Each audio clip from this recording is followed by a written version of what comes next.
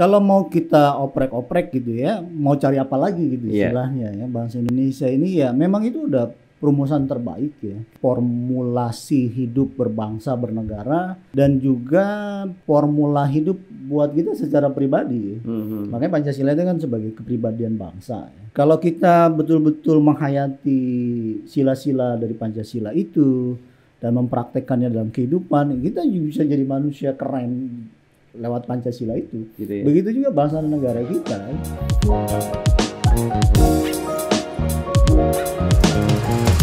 Assalamualaikum warahmatullahi wabarakatuh. Semangat pagi, salam sejahtera untuk kita semua dan salam nasional Merdeka. Balik bareng Kang Hari dan Bung Edi. Oke, Kak Ari. Hari ini kita masih di program RPP, Ruang Edukasi Pendidikan Pancasila. Oke. Sahabat-sahabat Rumah Kebangsaan Pancasila dan teman-teman guru dari Sabang sampai Merauke, kita kembali lagi untuk membahas pembelajaran pendidikan Pancasila di kelas 4 ya. Dan hari ini kita masuk di bab kedua. Kalau di bab 1 kemarin kita membahas tentang lahirnya Pancasila melalui proses sidang BPUPKI dengan rangkaian cerita yang kemarin sudah kita bahas ya, Bu Edi ya. Dan hari ini kita akan membahas di bab kedua itu lebih kepada nilai kebersamaan terkait perumusan Pancasila itu sendiri ya. Betul. Kurang lebih kayak gitu ya. Di bab kedua itu kurang lebih bahasanya seperti itu, dan kita akan juga sharing kepada teman-teman guru-guru dari Sabang sampai Merauke tentang materi ini, apa saja yang menarik, dan selain itu kalau tidak salah di dalam buku itu juga dibahas tentang bagaimana pengimplementasian nilai-nilai Pancasila terhadap butir-butir Pancasila, dan mungkin nanti kita akan kasih beberapa komentar kaitannya dengan karakter pelajar Pancasila, kayak gitu ya. Dan langsung saja nih Bu Edi, pertanyaan pertama. Kalau kemarin kan kita ngebahas tentang lahirnya Pancasila, nah terus di bab kedua ini kita mengambil nilai-nilai ini terkait proses penyusunannya, terkait proses perumusan Pancasila itu sendiri. Boleh dong Bu Edi sedikit sharing terhadap kita apa yang terjadi dengan proses perumusan Pancasila itu sendiri. Iya, tentang nilai kebersamaan ya, Betul. ya, nilai kebersamaan dalam perumusan Pancasila.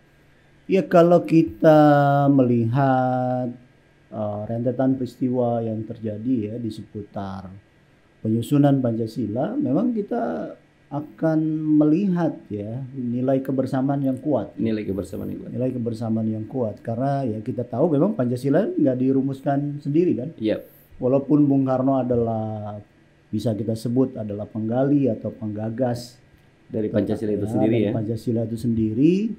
Tapi dalam perumusannya itu Bung Karno juga ya bersama dengan para anggota BPUPKI kan. Betul. Kan kita tahu di BPUPKI itu juga bukan cuma Bung Karno, artinya ya anggota-anggota sidang yang lain juga menyampaikan pandangan, pendapat tentang dasar-dasar negara. Dan memang Bung Karno sendiri juga akan nyatakan di dalam pidatonya bahwa maksud kita bermusyawarah waktu itu ya di BPUPKI, ini kan kita mau merumuskan satu dasar negara yang semua itu setuju gitu. Jadi bukan cuma disetujui oleh satu kelompok atau satu golongan, tapi yang bisa menjadi titik temu dari segala macam perbedaan yang ada di bangsa kita, begitu. Atau semua buat semua lah, istilah Bung Karno ya, untuk mencari titik temu. Jadi ini dari semua dan untuk semua.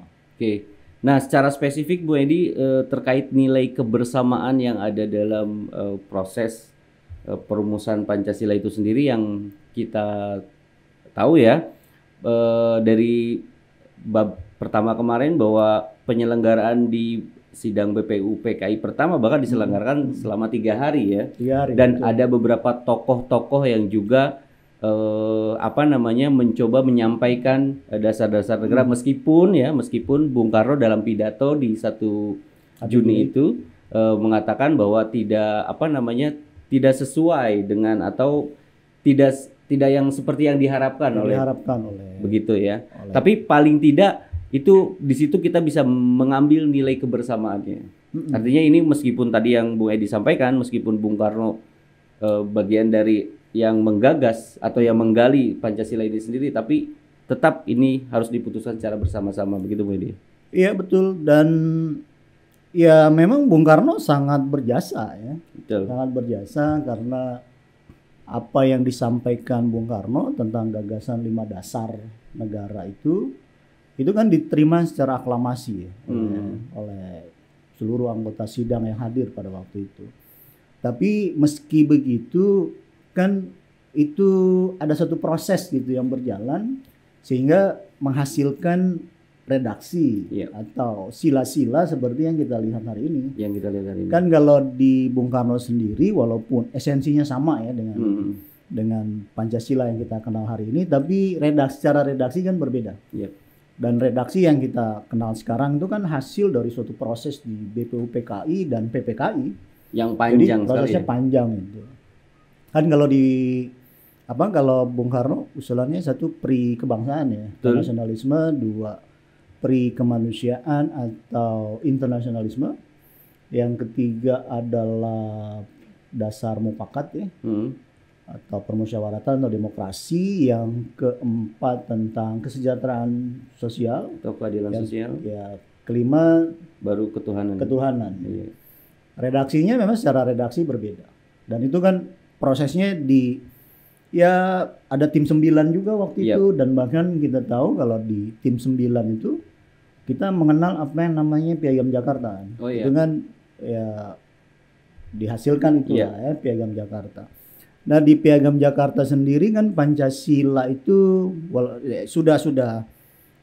redaksinya sudah berbeda sama yang diusulkan Bung Karno, tapi juga di situ nampaknya masih ada problem di sila pertama ya. Kan sila pertama itu kalau di Piagam Jakarta, ketuhanan yang Maha Esa dengan kewajiban menjalankan syariat Islam bagi para pemeluknya. Dan itu kan masih menjadi satu problem waktu itu. Yang akhirnya di PPKI itu akhirnya dirubah, dihapus kan 7 kata itu. Jadi akhirnya jadilah redaksi seperti yang kita kenal hari ini, ketuhanan yang Maha Esa. Jadi 7 katanya itu dicoret. Nah itu kan juga satu bukti bahwa kita para pendiri bangsa kita tuh tidak egois gitu, tidak hanya mengutamakan kepentingan kelompok dan golongannya kan, tapi juga betul-betul memperhatikan kepentingan dan keyakinan gitu dari kelompok-kelompok lain yang berbeda, supaya memang ini bisa disepakati, bisa disetujui, bisa diterima oleh semua golongan yang ada di bangsa kita. Kan harapannya begitu. Karena kalau misalnya sebagian kita menerima, tapi kelompok yang lain nggak bisa menerima, itu kan nanti kan bisa jadi masalah. Dan disitulah nilai kebersamaannya. Dan menjunjung tinggi kemusyawaratan itu ya, Pak Edi. Dan ketika dicoret 7 kata itu kan juga para pendiri bangsa kan juga istilahnya bisa legowo ya. Ini kan karena di PPK ini kan juga ada masuklah dan pandangan-pandangan ya dari utusan-utusan dari Indonesia bagian timur ya untuk menghapus itu, karena memang juga dinilai sila 1 yang di Piagam Jakarta itu kan jadi ada dualisme. Satu sisi artinya ada 2 standar. Bahkan sempat diusulkan untuk dirubah juga ya ke Bung Karno di sebelum sidang PPKI itu. Iya, sebelum PPKI itu pernah ada usulan juga, cuma malah ditolak sama Bung Karno. Karena kan memang itu sudah diputuskan, di tim 9 itu kan di BPUPKI. Nah, artinya memang nggak bisa rubah-rubah begitu saja, karena ini bicara kita mau jadikan dasar bareng-bareng, dasar hidup bersama. Artinya kita harus mendengar memang masukan, aspirasi, keinginan dari kelompok-kelompok yang lain. Dan akhirnya karena supaya tidak terjadi 2 standar itu, di mana ada satu aturan atau satu prinsip yang berlaku buat sebagian orang tapi tidak berlaku buat Ya, sebagian lain. itu Kan bisa begitu kan. betul. Nah, saya kayak melihat seperti ini ya. Tadi ya ada peristiwa, bahkan ada yang mengusulkan kepada Bung Karno bahwa ada di pasal satunya yang dianggap standar ganda itu kayak harus dirubah, tapi Bung Karno tidak serta-merta mau merubah begitu saja, karena artinya ini sudah disepakati oleh dalam musyawarah gitu, dan Bung Karno lebih memilih untuk ini dimusyawarahkan kembali. Saya hanya melihat bahwa bukan saja Bung Karno sebagai penggagas Pancasila, tapi bagaimana dia merefleksikan Pancasila itu sendiri dalam kehidupan sehari-hari. Nah, nilai-nilai itulah yang mungkin akan kita gali hari ini, dan kita akan share kepada sahabat-sahabat Rumah Kebangsaan Pancasila dan kepada guru-guru Indonesia dari Sabang sampai Merauke untuk bagaimana juga mengambil nilai dari informasi sejarah yang akan kita juga sampaikan. Salah satunya adalah itu, bagaimana Bung Karno memiliki merefleksikan nilai-nilai Pancasila itu sendiri. Dan karena memang itu berasaskan kepentingan bersama ya, semua buat semua. Akhirnya kan kita bisa mendapatkan satu nilai-nilai atau asas-asas yang kita kenal dalam Pancasila itu jadi apa ya? Jadi yang terbaik gitu loh. Karena ke lapangan hati para pendiri bangsa kita dalam merumuskannya. Kan kalau misalnya suatu golongan ngotot untuk mempertahankan 7 kata dalam Piagam Jakarta itu, kan bisa berbeda itu. Kita akhirnya bentuk negara kita itu bisa jadi nggak jelas ya. Di satu sisi misalnya demokrasi misalnya begitu, tapi di sisi yang lain harus ada kewajiban juga menjalankan syariat Islam bagi yang beragama Islam misalnya gitu. Itu kan jadi apa ya? Jadi ada dua bentuk atau dua mekanisme yang berjalan secara berbeda, berlaku untuk satu kelompok, tapi tidak berlaku untuk kelompok yang lain. Jadi nggak jelas gitu bentuk negaranya. Kan bisa begitu, tapi syukurnya karena kita legowo, kita betul-betul mementingkan kepentingan bersama. Jadi ketemu itu satu dasar yang memang ya asik buat semua lah. Akhirnya melalui sidang PPKI tanggal 18 Agustus 1945, akhirnya Piagam Jakarta berubahlah menjadi Pancasila yang kita kenal saat ini ya. Yang dimuat di dalam preambul itu ya. Yang dimuat dalam preambul itu. Dan itu sampai hari ini tuh Pancasila yang kita kenal tuh ya begitu ya, Bu Edi ya? Iya itu, walaupun mengalami jatuh bangun. Nah, ini nih jatuh bangunnya nih.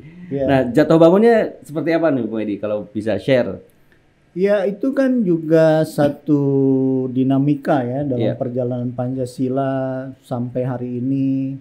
Dan terus bertahan, kita masih berpegang teguh bangsa ini dengan Pancasila. Itu membuktikan bahwa Pancasila ini memang keren, dan memang ya makanya ada istilah kesaktian Pancasila. Iya betul ya.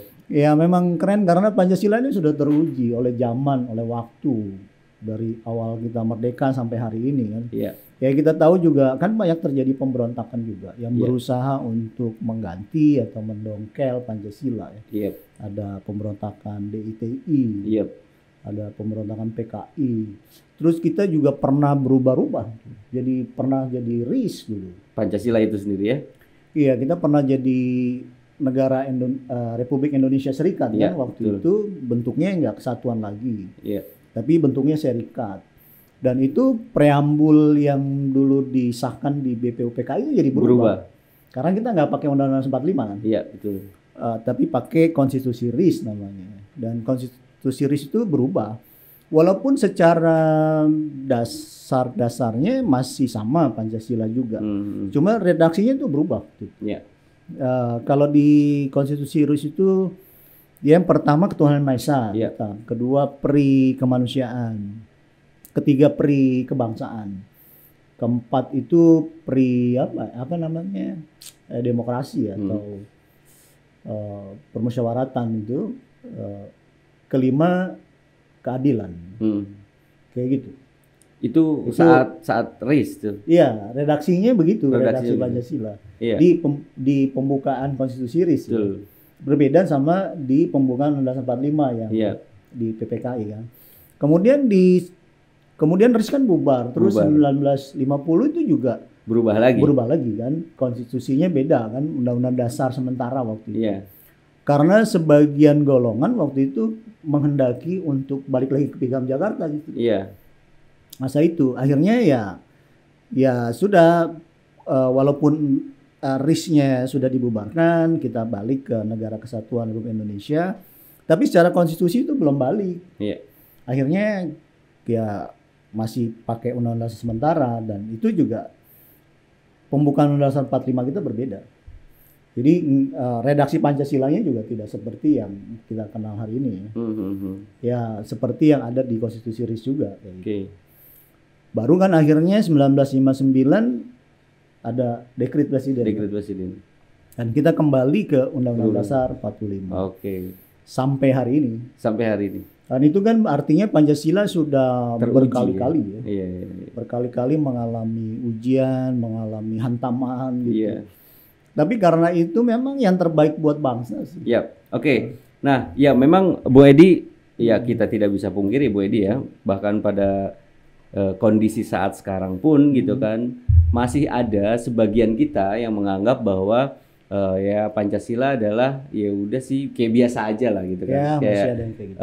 bahkan kalau tidak salah ya, Bung Rocky Gerung juga pernah bilang bahwa itu ya kalau kita bisa kutip itu kayak ya udahlah sih, kalau memang itu kan itu bukan bagian dari ideologi bangsa ini juga kan kayak gitu. Ya, Artinya nggak bisa dirubah-rubah gitu. iya, nggak bisa dirubah. Nah, menurut Bung Edi ya, apakah apa namanya, memang betul gitu Pancasila itu setidak keren yang mereka tafsirkan, atau apakah mereka belum mengerti dari implementasi sila-sila itu sendiri? Artinya nilai-nilai yang terkandung dalam Pancasila yang kelima silanya itu, yang hari ini bagaimana dunia pendidikan saat ini berusaha untuk dapat merefleksikan nilai-nilai Pancasila kelima itu untuk dijadikan karakter pendidikan Pancasila, gitu, atau karakter pelajar Pancasila maksudnya. Nah, kita masuk ke dalam apa sih kerennya Pancasila sehingga Pancasila itu keren semua untuk semua. Kalau boleh kita bedah satu persatu gitu, Bu Edi, sila-silanya.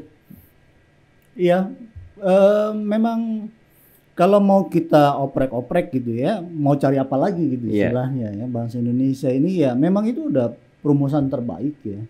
Rumusan yang terbaik, formulasi hidup berbangsa bernegara, dan juga formula hidup buat kita secara pribadi. Makanya Pancasila itu kan sebagai kepribadian bangsa ya. Dia juga ideologi, dia falsafah hidup kita. Artinya Pancasila ini satu formula hidup. Kalau kita betul-betul menghayati sila-sila dari Pancasila itu dan mempraktekkannya dalam kehidupan, kita juga bisa jadi manusia keren lewat Pancasila itu. Gitu ya? Begitu juga bangsa dan negara kita. Jadi itu memang sudah apa ya, kayak kodratnya kita, kayak fitrahnya kita memang begitu.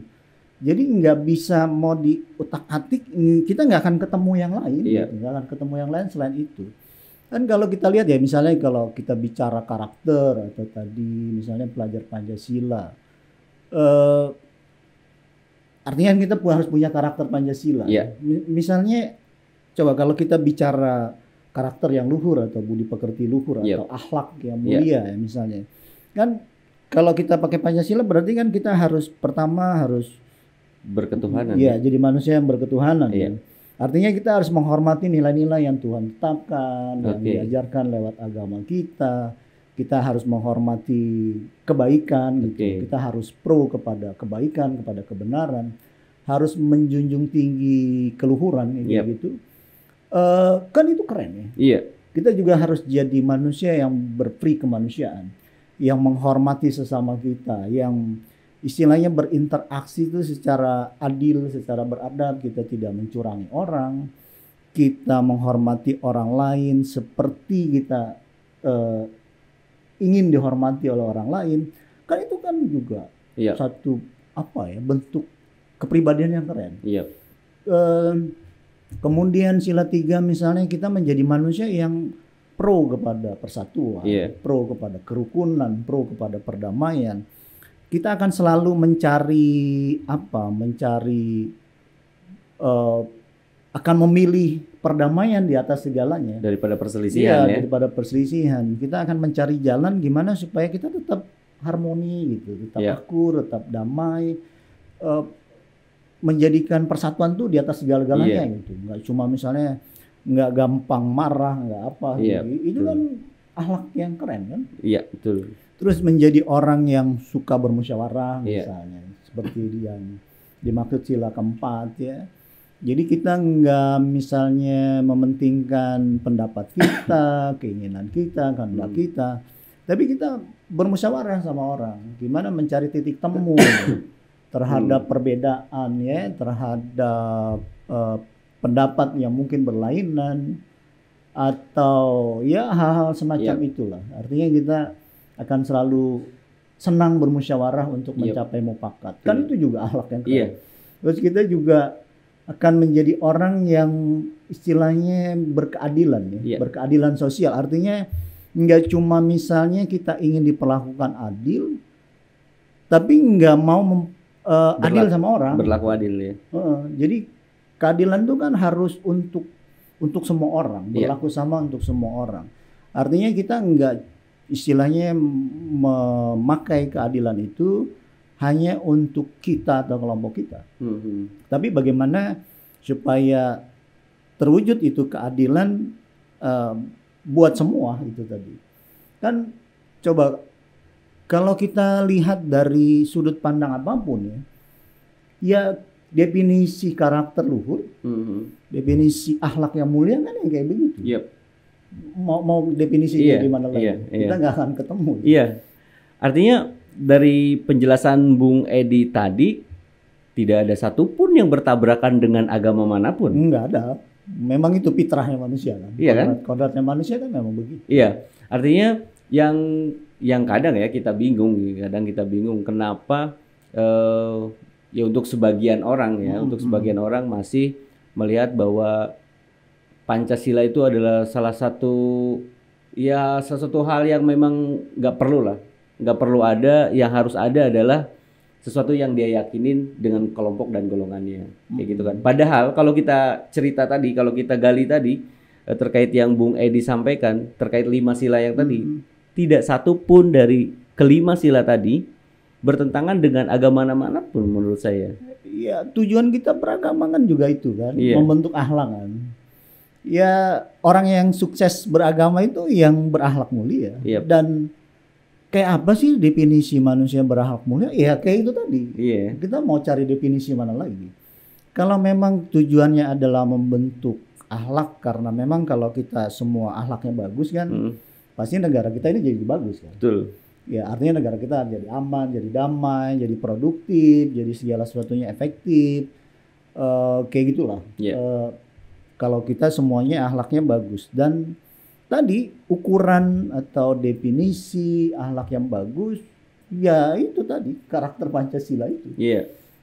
Yang hari ini dunia pendidikan lagi bagaimana menerapkan menerapkan terkait karakter Pancasila. Nah tadi mudah-mudahan tersampaikan untuk sahabat-sahabat Rumah Kebangsaan Pancasila dimanapun berada, dan teman-teman guru dari Sabang sampai Merauke, ke-5 sila tadi yang sudah Bung Edi sampaikan kepada kita semua, itu bisa kayak kita tangkap bagaimana sikap-sikap tadi yang tertuang dalam ke-5 sila di Pancasila itu diimplementasikan dalam kehidupan sehari-hari untuk para peserta didik kita. Gitu Bung Edi ya. Dan satu hal lagi yang kita mau sampaikan bahwa kami rasa dan kita semua sepakat menurut saya kita semua sepakat, kecuali yang belum ngerti tentang 5 Pancasila itu, artinya Pancasila itu tidak bertabrakan dengan kepercayaan manapun. Dan buat hidup keren, ajaran agama tuh ada di situ semua, mewakili menurut saya kayak gitu.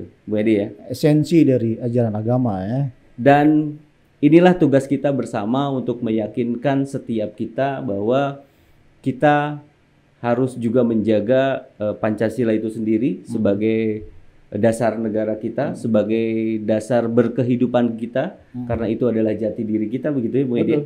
Dan ya ini bukan tugas kami, bukan tugas siapapun, dan ini adalah tugas kita semua. Bagaimana ya teman-teman guru dari Sabang sampai Merauke meyakinkan kepada peserta didiknya bahwa Pancasila lah dasar negara kita, jati diri bangsa kita, dan harus terinstal secara keren di setiap hati, perasaan, pikirannya bangsa Indonesia dari Sabang sampai Merauke. Betul sekali. Begitu ya Bu Edi ya. Betul sekali. Oke, itu saja sahabat-sahabat Rumah Kebangsaan Pancasila dan teman-teman guru dari Sabang sampai Merauke. Kita akan bertemu lagi di bab berikutnya dengan bahasan yang sesuai dengan buku yang ada di Pendidikan Pancasila. Terutama di kelas 4, kita hari ini sedang membahas kelas 4. Sekian saja dari saya Kang Hari dan rekan saya Bung Edi. Terima kasih. Wabillahi taufiq wal hidayah. Assalamualaikum warahmatullahi wabarakatuh. Merdeka!